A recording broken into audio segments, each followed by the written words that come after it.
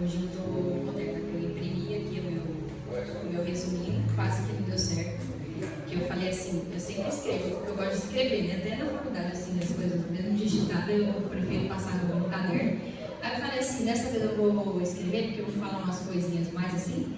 Aí eu falei, cheguei ontem da faculdade e falei, vou digitar. Aí pifou o notebook. Aí eu falei, meu Deus.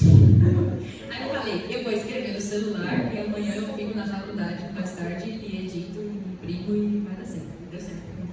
Consegui imprimir minha colinha aqui. E aí eu já imaginava assim que março seria um mês dedicado às mulheres, mas eu não sabia se eu seria ou não chamada para ministrar. Só que aí é engraçado, porque toda vez que eu vou ser chamada, sempre tem alguma coisa assim, uma sementinha ali que Deus colocou no coração, e parece uma coisa, tipo assim, dá umas semanas, alguns dias, algum momento, aí ela me vem e fala, você vai ministrar? Dessa vez foi a Grazi que me chamou, e aí eu sempre fico nervosa, mas prontamente eu falei, não, eu vou, vai dar tudo certo, se Deus já começou a falar no coração, então vai dar certo. E aí, foi passando os dias, né, e meu coração foi se enchendo de alegria, porque falar sobre mulher é algo muito especial. A gente tem tantos exemplos de pessoas, assim, de mulheres extraordinárias na Bíblia, na história. Eu estudo basicamente a saúde da mulher, então é uma coisa que eu gosto. E a gente tem tantas histórias, tantos aprendizados, as mulheres ocupam tantos papéis diferentes, mas daí eu prontamente pensei em falar na que exerce um papel fundamental na minha vida, que é do maior exemplo de mulher de Deus que eu tenho, que me ensinou a ser quem eu sou, e que diariamente ela sintetiza o que mais se aproxima do amor de Deus por mim, que é a minha mãe. E eu espero não chorar falando isso. Mas eu escolhi ela porque eu pensei, tem tantos personagens, mas por que não pegar um personagem que não está necessariamente na Bíblia, mas que representa Cristo para mim, que me apresentou a Deus, que é todos os dias um reflexo de Cristo para mim. E aí é tão curioso, porque eu acho que todo mundo aqui já ouviu aquela frase que o amor de mãe é o que mais se aproxima de Deus, né? Coisas do tipo assim. E se a gente for analisar de ponto de vista terreno, isso faz sentido, porque a figura de uma mãe, a gente pode ver um amor genuíno, incondicional, que transcende qualquer explicação. Uma mãe daria vida para o seu filho, faria coisas assim que qualquer outra pessoa não faria. Mas obviamente não se iguala ao de Deus, porque todos nós somos humanos, falhos, nós temos pecados, não somos perfeitos nem capazes de amar na igualdade e na equidade, sem fazer acepção de pessoas, como Deus faz. A gente ama as pessoas, mas a gente também é seletivo, né? Então é um amor que se aproxima, mas não é a mesma coisa. E aí, nessa ministração, eu queria fazer um paralelo do amor de Deus com esse papel tão especial que as mulheres possuem, que é o de mãe. Em especial, falar da minha, que é a principal referência que eu tenho. E aí, esse conceito aí do amor de mãe, o amor que mais se aproxima de Deus, é geralmente associado àquele capítulo de Isaías 49, no versículo 15.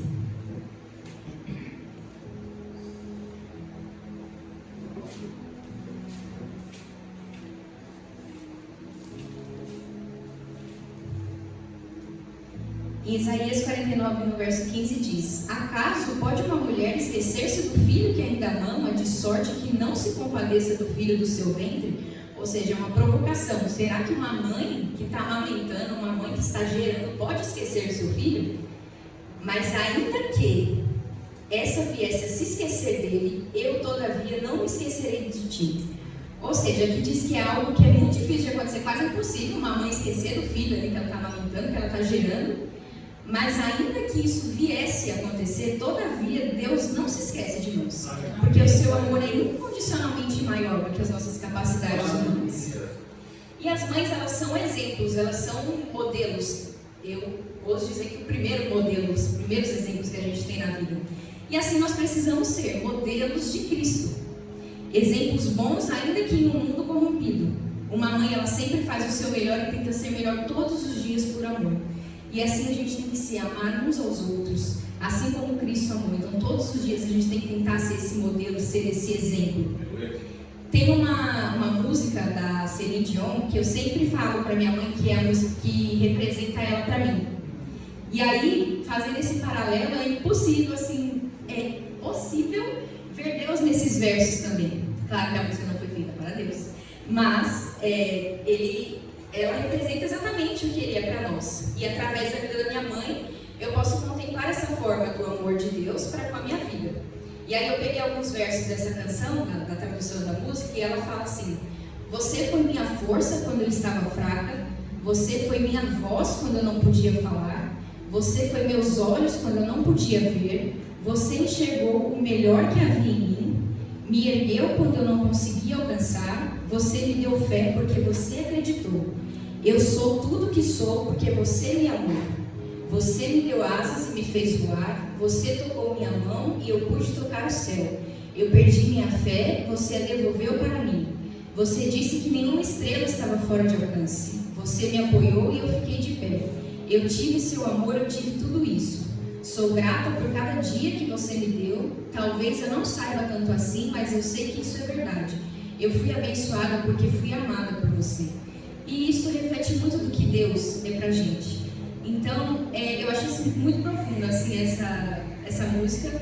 E quantas vezes a minha mãe foi minha força quando estava fraca? Quantas vezes ela é quem intercede e ora por mim quando eu não consigo fazer? Quantas vezes ela acreditou em mim mais do que eu mesma acreditei? E ela é o meu maior exemplo de fé e de coragem, de mulher de Deus e de pessoa. Ela me amou sem que eu precisasse dizer uma única palavra, sem que eu fosse capaz de oferecer qualquer coisa em troca para ela. Assim Cristo nos ama. Em 1 João 4,19 diz que nós amamos porque Ele nos amou primeiro. Ele tanto nos amou que, se a gente abrir as nossas Bíblias lá em Romanos 5, a partir do versículo 8, vai dizer assim, Romanos 5, a partir do verso 8. Mas Deus prova o seu próprio amor para conosco pelo fato de ter Cristo morrido por nós, sendo nós ainda pecadores. Logo, muito mais agora, sendo justificados pelo seu sangue, seremos por ele salvos da ira. Porque se nós, quando inimigos, fomos reconciliados com Deus mediante a morte do seu Filho, muito mais estando já reconciliados, seremos salvos pela sua vida. E não apenas isso, mas também nos gloriamos em Deus por nosso Senhor Jesus Cristo, por intermédio de quem recebemos agora a reconciliação. Então, assim como uma mãe que não precisa que o filho faça algo, Cristo morreu por nós antes que nós merecemos. Não que a gente merece agora, mas quando a gente ainda era pecadores, quando a gente não era reconciliado com Ele, quando a gente não era nem chamado filho de Deus, Ele se entregou por amor a nós, sem que nós precisássemos fazer nada por isso. Quantas vezes a minha mãe abriu mão dela, das vontades dela, dos sonhos dela por amor a mim? Não por obrigação, mas por amor, por um propósito, por uma missão a qual ela foi chamada para ser mãe. Assim como Cristo, que mesmo pedir a Deus antes da crucificação, se possível afaste de mim esse cálice, contudo não seja como eu quero, mas como tu queres, ele abriu a mão da sua própria vontade por amor de nós, por compreender que existia um propósito muito maior dentro da vontade de Deus. Então a gente não precisa ser para ser amado, a gente é amado porque a gente existe. Aleluia! Aí eu quis trazer uma linha cronológica dos principais marcos assim, da vida de uma mãe, consequentemente de um filho, e aí comparar com o amor de Deus para conosco. Então foram, acho que 6 marcos assim, da vida que eu coloquei, e aí eu vou fazer assim, eu vou falar qual a parte da vida que é, vai ter um subtítulo, e aí eu vou falar sobre a parte da mãe, e em seguida comparar com a parte do que Deus seria para nós nessa comparação. A primeira fase que eu peguei foi a gestação, que eu acredito que é ali o começo de tudo, né? Que é um cuidado ali invisível de uma forma intencional. Então, na parte das mães, existe ali uma conexão vital que é invisível, que seria o cordão umbilical, né? Que tudo que sustenta o bebê vai passar por ali e vai vir da mãe. O oxigênio, os nutrientes, a proteção, tudo que o bebê precisa vai vir da mãe.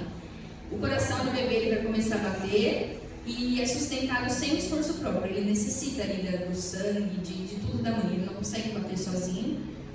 O ambiente da mãe influencia diretamente no desenvolvimento emocional e físico daquela criança.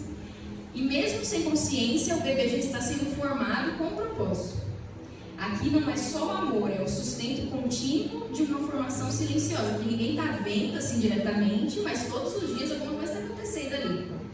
E com Deus não é diferente, porque Ele é quem sustenta a nossa vida, mesmo quando a gente não percebe.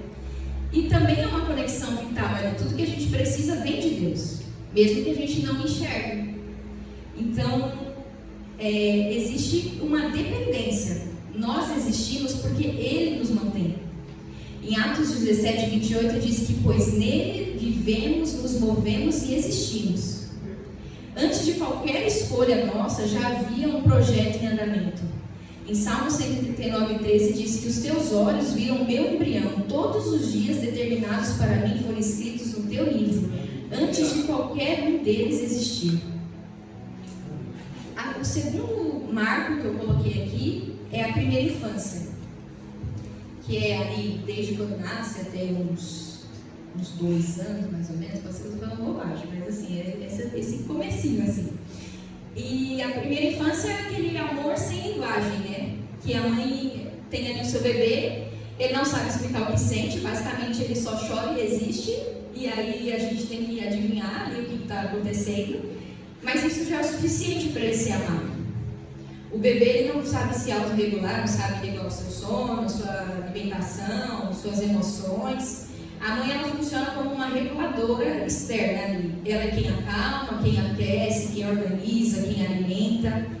O vínculo de apego gera uma segurança emocional e desenvolvimento saudável do cérebro daquela criança. O toque, o colo e a presença moldam a percepção de mundo. Ela começa a entender se o mundo é seguro ou não seguro. Hoje eu vi uma cena muito interessante no ônibus, quando eu estava voltando da faculdade. Eu passei assim da catraca, aí tinha uma mãe, uma filha e uma amiga dela assim no outro banco. E aí a menininha estava dormindo, ela chega e estava com a boca aberta assim, ó. Eu falei, isso é ter certeza que a mãe está ali, que está cuidando, certeza do amor, porque ela estava assim, dormindo, eu tinha certeza, minha mãe não vai me abandonar, eu estou dormindo aqui, mas ela está comigo, ela está cuidando, e ela não vai me deixar aqui. Então ela tem certeza de que ela está segura com a mãe dela, né? E Deus, mais uma vez, Ele nos ama independente da nossa condição. Não significa isso que a gente tem que viver de qualquer forma, né? Mas o amor de Deus ele não está condicionado ao que somos ou ao que podemos ou não oferecer para Ele. Deus, Ele nos estabiliza quando a gente está emocionalmente desorganizado. Ele faz esse papel de regulador assim, das nossas emoções, da nossa vida. Ele se torna o nosso lugar de descanso e segurança. A nossa identidade começa a ser formada a partir do vínculo que nós temos com Ele, do relacionamento que nós vamos criando com Deus. E aí chega a infância, propriamente dita, que é onde formam os valores e os limites. É o momento em que a criança ali começa a testar os limites. Tipo assim, você fala assim, não põe a mão na tomada, ela põe a mão na tomada. Não põe a mão ali que queima, ela vai pôr a mão e vai queimar. Entendeu? Mas nesse processo é importante porque ela começa a aprender as noções de certo e de errado. E aí ela vai desenvolvendo consciência moral através da correção e da repetição. Tipo assim, de tanto você corrigir para não pôr a mão na tomada, na hora ela vai pôr, vai dar errado e ela vai criar essa consciência. E a repetição, tipo assim, muitas crianças não gostam de tomar banho, por exemplo. Mas você vai explicar para ela que é necessário tomar banho. Então você vai repetir, até que uma hora vai se tornar normal isso e ela não vai discutir mais, tem que tomar banho ou não. Tem que ir e acabou, entendeu? Então, é o momento que a gente desenvolve isso. E os limites, eles estruturam a nossa mente e protegem o nosso futuro. Porque parece uma coisa simples a uma mãe colocar um limite, mas muitas pessoas que não são colocadas limite na infância crescem e não conseguem ouvir um não conseguem, entendeu? Quando alguém coloca um limite, a pessoa falta morrer. Por causa disso, é uma coisa que vem da infância, entendeu? E aí, a mãe, ela não ama somente quando o seu filho acerta. Ela independe dos acertos ou dos erros dele, né? Assim, ele colocou o dedo na tomada, eu falei pra ele não pôr, agora eu deixei de amar ele, ele acabou. Não, ela vai corrigir, mas ela não deixou de amar ele. E Deus é assim, Ele nos corrige, mas não condiciona também o nosso amor ao acerto, ainda que nós devemos procurar todos os dias ser melhores, não cometer pecados, nem pedir perdão a Deus. Mas o amor, ele vem antes da obediência, não anulando a importância dela. E Deus estabelece limites, não para nos restringir, mas para nos preservar. E a correção divina, ela vai mudar o nosso caráter e o destino das nossas vidas. Deus não nos ama mais quando a gente acerta e nem menos quando a gente erra. Ele vai continuar nos amando, independente do que fizermos. E aí o quarto marco da vida que eu coloquei foi a adolescência, que é o momento de construção de identidade, de autonomia, onde o filho ele busca, né, entender a sua identidade, como é que se entender, assim, né? É o momento em que o filho questiona, que ele confronta, muitas vezes se distancia dos pais, por não saber lidar também com suas emoções. Às vezes ele nem sabe por que ele está fazendo isso, só surtou com todo mundo. E aí ele oscila entre a independência e a necessidade de apoio, porque ele tem que ser independente, mas percebe que ele precisa de um apoio de alguém, precisa de uma outra pessoa. E é uma fase de redefinição de vínculos.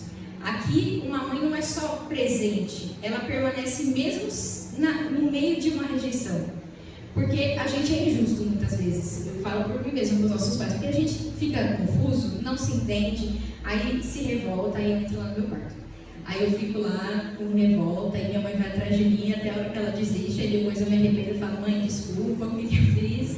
E isso que acontece, ela sempre está ali, ainda que eu faça alguma coisa que a magoe, que eu me distancie, ou que eu questione, ou algo do tipo, ela ainda está ali, ela é uma presença que está ali ainda, em meio a esses momentos conturbados de tentar se entender. E Deus é a mesma coisa, quando a gente tenta se afastar, Ele permanece, quem se afasta somos nós. Deus não deixa de ser Deus porque a gente está rebelde, porque a gente se afastou, porque a gente não está se entendendo, Ele continua ali. Ele não força ninguém, mas Ele continua todos os dias batendo na portinha do nosso coração para a gente dar um espaço para Ele entrar no nosso coração. Sem nenhum tipo de violência, sem forçar, sem nada. Ele só está ali, esperando a gente ser sensível o suficiente para entender que a gente pode ter a nossa independência, mas a gente é totalmente dependente dele. E aí o quinto marco que eu coloquei é a vida adulta, que é um momento ali de consciência, de escolhas, de responsabilidades. O filho, nesse momento, já é funcional, né? Ele já é mais independente, meio que consegue se resolver ali as suas coisas, não depende tanto da mãe. O relacionamento amadurece e o amor deixa de ser só cuidado e passa também a ser relacional e consciente. Começa a dar consciência para esse sentimento que a gente sente. Aqui não é sobre a gente receber, é sobre a gente corresponder ao amor que a gente recebe. E Deus é a mesma coisa. Ele continua, há momentos que ele continua sempre nos amando, mas ele tem momentos que ele espera mais maturidade da gente. A obediência passa a ser uma escolha consciente do relacionamento que nós estamos desenvolvendo com Deus. A gente já não é mais uma pessoa que tudo assim, ó céus, ó vida, entendeu? A gente já é mais maduro espiritualmente falando, maduro na vida e precisa continuar com a sensibilidade, mas de forma consciente do que a gente faz. E aí, por último, o último marco que eu coloquei foi a velhice, que é um amor que sustenta e não abandona. É um amor que permanece quando ninguém mais fica. Muitas vezes não é tão comum, mas acontece às vezes de os filhos ficarem idosos, de os seus pais também, e aí adoece, e aí muitas vezes os pais sem condições se desdobram para cuidar daquele filho, às vezes nem velhice, às vezes é alguma enfermidade, alguma coisa que acontece. E é a pessoa que permanece quando ninguém mais fica, que ama mesmo quando o filho não tem nada a oferecer. É como se fosse um ciclo, volta tudo de novo. Porque a pessoa volta a ser dependente, né? Não só a mãe, mas quem fica ali cumprindo esse papel de cuidar, né, da pessoa. E Deus, Ele é a mesma coisa, Ele não nos abandona quando a gente está sem nada para poder oferecer, nem emocionalmente, nem espiritualmente, nem fisicamente. Quando a gente não tem forças nem para retribuir, Deus continua sendo o nosso sustento. Quando a gente, igual o versículo que eu li no domingo, que no momento em que a gente é fraco é que a gente é forte, no momento da nossa fraqueza que o Senhor está ali nos sustentando, né? E a gente não precisa performar para ser amado, a gente não precisa merecer para ser escolhido, a gente já foi amado, amada e chamado pelo nosso nome. Tem dias que parece que eu tenho a sensação que só, eu acredito que, não sei se eu, mas a maioria vai sentir que só um abraço, uma fala, um colo da mãe que vai curar tudo que a gente está sentindo. Mas a verdade é que sem Deus, ela nada pode fazer. Nem existir ela consegue. Se não é Deus através dela, ela não subsiste, nada disso é possível. A minha mãe é humana, ela pode falhar em algum momento da minha vida, infelizmente ela pode vir a faltar, mas existe um abraço, um colo, um amor que é eterno, que cura toda a nossa alma, que cura todo o nosso ser e que nunca vai faltar, que nunca vai falhar, ainda quando nós formos infiéis, Ele continua sendo fiel, e esse alguém é Cristo, esse alguém é Deus, que sempre está ali presente para nós. Nós temos um Pai e Ele nos ama sem que a gente precise fazer algo para ter esse merecimento. Ele zela por nós, Ele nos corrige, Ele nos ensina. Lá em Mateus 11, a partir do verso 28, Mateus 11, do verso 28 ao 30, é uma fala, né, de Jesus, a partir do momento que Jesus fala, eu peguei. Jesus diz: venham a mim todos os que estão cansados e sobrecarregados, e eu darei descanso a vocês. Tomem sobre vocês o meu jugo e aprendam de mim, pois sou manso e humilde de coração, e vocês encontrarão descanso para as suas almas, pois o meu jugo é suave e o meu fardo é leve. Jesus, Ele é tudo que a gente precisa. É o colo, é o alívio para as nossas dores, para os nossos anseios, é o exemplo perfeito de que a gente deve ser, de como devemos agir e falar. Ele molda o nosso caráter, nos ama incondicionalmente. Em Mateus 7 também fala que Jesus fala assim, que se nós que somos maus sabemos dar coisas boas aos nossos filhos, quanto mais o nosso Pai que está nos céus. Então, se uma mãe que é má, no sentido de ser humana, de ser pecadora, ela pode ser todas essas coisas, abrir o colo, o amor para o seu filho, quanto mais Deus, que é o nosso Pai. Nós somos tão pequenos e tão dependentes, mas a gente gosta de ter o controle de tudo das nossas vidas. Achamos que sabemos demais, pegamos todo o fardo, quando na verdade a gente tem um Pai amoroso que pede para que nós lancemos sobre Ele todas as nossas ansiedades, os nossos fardos, toda a sobrecarga, o nosso cansaço, e assim a gente encontra descanso no Senhor. A verdade é que tudo na nossa vida é passageiro, ninguém é eterno, tudo passa, mas o amor, ele permanece. O amor de Deus, então, não tem nem o que falar. Nós somos encontrados diariamente por esse amor. Que verdadeiramente a gente possa entender que assim como uma mãe se sacrifica pelo seu filho, toma suas dores, as suas necessidades, existe um Pai que nos ama incondicionalmente, que diz todos os dias: vocês não precisam carregar esse peso. Aprendam de mim, venham a mim e encontrem descanso eterno para as vossas almas. Então que a gente venha ter certeza desse amor tão profundo que o Senhor tem por nós.